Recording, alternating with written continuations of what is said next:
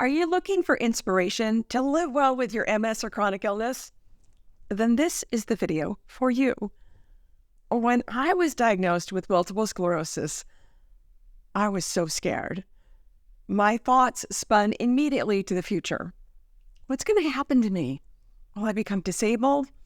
What will happen to my family?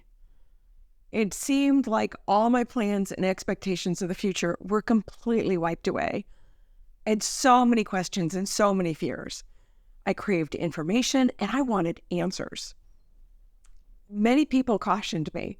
They told me not to search for information on MS because it's too scary, which scared me even more. I'm not one of those people. I encourage you to look for information, but do it smartly. Look for the data. Look for hope.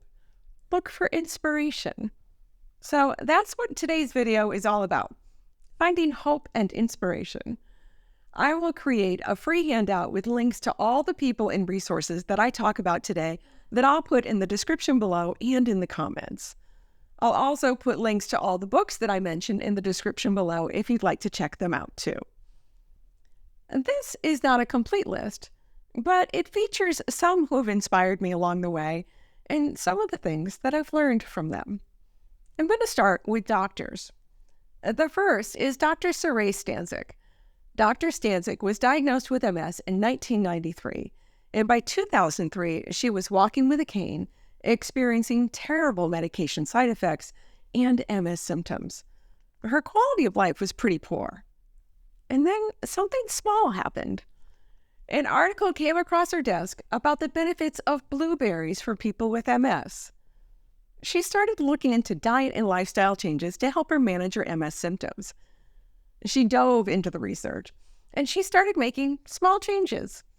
Over time, she found she was feeling better, and her symptoms got better. She kept noticing small improvements, and she kept feeling a little bit better. She went on to write the book, What's Missing from Medicine, and suggests 6 lifestyle changes that can help with chronic illness. Diet and nutrition, eat more plants. Physical activity, play more. Stress management, stay present. Sleep, rest well. Substance intake, thrive without them. And social connection, grow love. I love all of these. Dr. Stancic inspires me with how she takes little things and combines them to make great changes. She started her healing journey with something as small as a blueberry. She went on to not only get rid of her cane, but she was able to run a marathon. She also directed a documentary called Code Blue that looks at modern medicine and how lifestyle medicine can help us with our wellness. Next is Dr. George Jelinek. I love this man. In 1981, Dr. Jelinek's mother died as a result of MS. She was completely incapacitated and reliant on others at the end of her life. Then, in 1999, he was diagnosed with MS, and he felt all the fears and worries about the future that I was feeling, but he'd lived through it with his mom. Being a doctor, he naturally gravitated to what the research showed and started making changes to support his health. He decided that his future would not be like his mother's. He went on to write Overcoming Multiple Sclerosis and developed a program to help us live well with our MS. In it, he shows us 7 evidence-based ways we can change our diet and lifestyle to help reverse some of our symptoms and may prevent progression.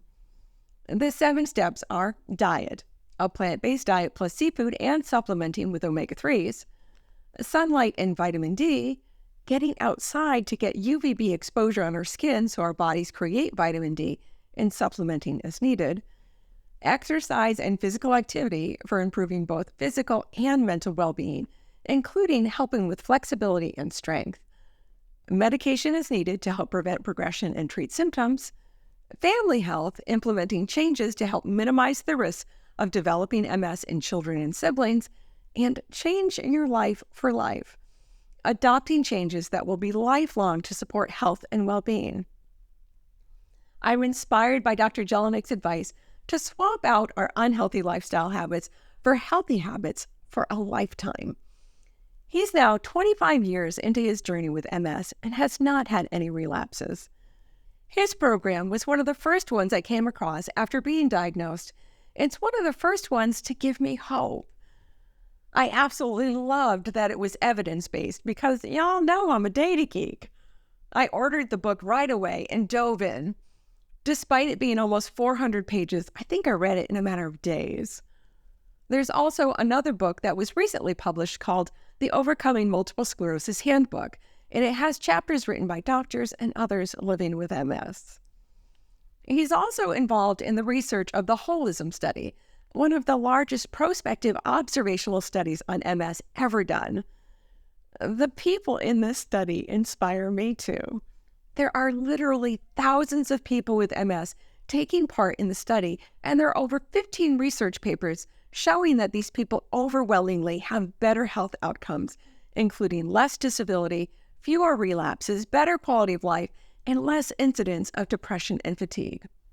Come on, who does not want all that? The next doctor is Terry Wahls.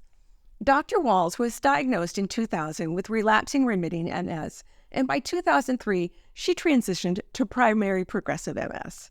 She was in a tilt-recline wheelchair because of muscle weakness at that time. She did undergo treatments, including multiple DMTs and chemotherapy to help slow the MS, but she was still struggling with the symptoms of MS and continuing to get worse. In 2007, she discovered functional medicine and started taking a lot of supplements to support her brain health. She then decided that changing her diet would be a better way to get the nutrients, and she added electrical stimulation to help strengthen her muscles. She experienced an incredible transformation. Within 1 year, she went from a wheelchair to riding her bike to work. She developed a program to help people with MS and has done research in this area too. Her research shows evidence that there can be a huge difference in fatigue and quality of life for people with MS by making diet and lifestyle changes. Her protocol includes a paleo diet, including whole foods and an abundance of fruits and vegetables, removing toxin exposure, exercise and e-stim, electrical stimulation of muscles, supplements as needed, medications as needed, and stress reduction. Dr. Wahls inspires me by her approach to constantly seek improvements and her commitment to research. Even though I don't follow paleo, her research and program have so many beneficial parts to it. All three of these doctors are trained in medicine, but have come to embrace diet and lifestyle changes after their diagnosis to help them resolve some of their symptoms, manage their existing symptoms, and prevent progression, sometimes for years. The next person who inspires me is Mathew Embry from MS Hope. Mathew was diagnosed with MS 25 years ago when he was a teen, and he's still doing well today. He includes diet and exercise and how he lives well with MS. After his diagnosis, he worked with his dad, who's a research scientist and a PhD, to find research on the best foods to eat to support him with MS. They developed the Best Bet diet, which focuses on low-fat protein, fruits and vegetables, and supplements. Matt also exercises every day without fail to keep his body fit and to provide good blood flow and oxygen to his brain. One of the things that inspires me about Matt is his mantra, no cheat days. He takes taking care of his body and his health seriously and has 100% commitment to it. If you look at all the MS programs out there, you'll find that they have a lot more in common than different, with the exception of the carnivore diet. They all focus on whole, real foods and getting rid of highly processed foods. They include an abundance of plant-based foods, increased physical movement, reducing stress, and adding supplements and medications as needed. The next person is Ardra Shepard. When I found her, she was writing a blog called Tripping on Air. She was diagnosed with relapsing remitting MS in 2001, and several years ago, she transitioned to secondary progressive MS. And the reason I'm including her is she's one of the first people that helped me to realize that mobility aids are not necessarily a bad thing. She's credited with coining the phrase, babes with mobility aids.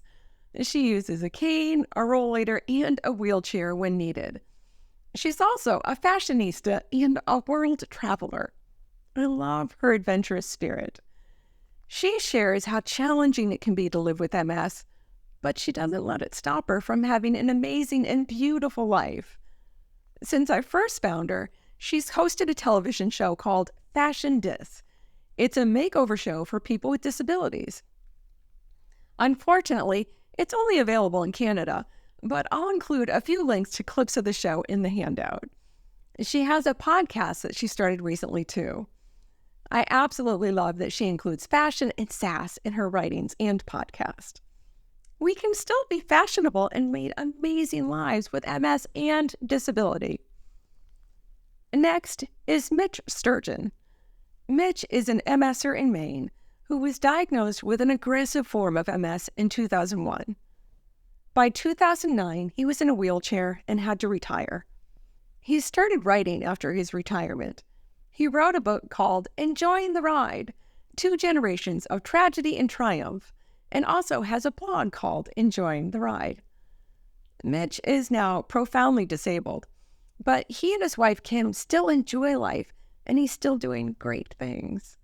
Mitch and Kim love to travel and take cruises.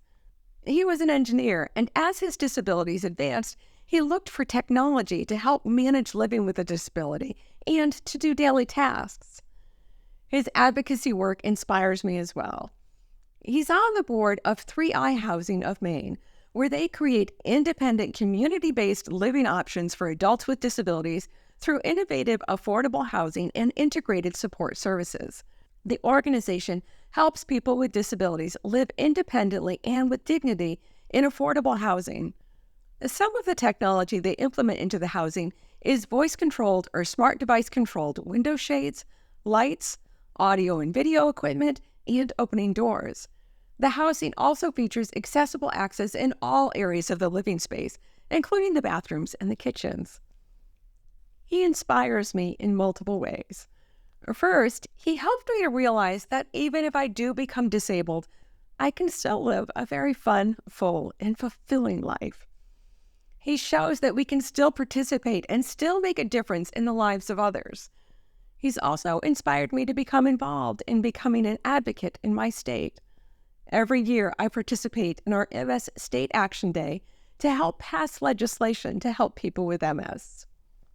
I continue to look for inspiration for living well with MS, and I find it showing up in a lot of places. It showed up this week at the Olympic Summer Games in Paris.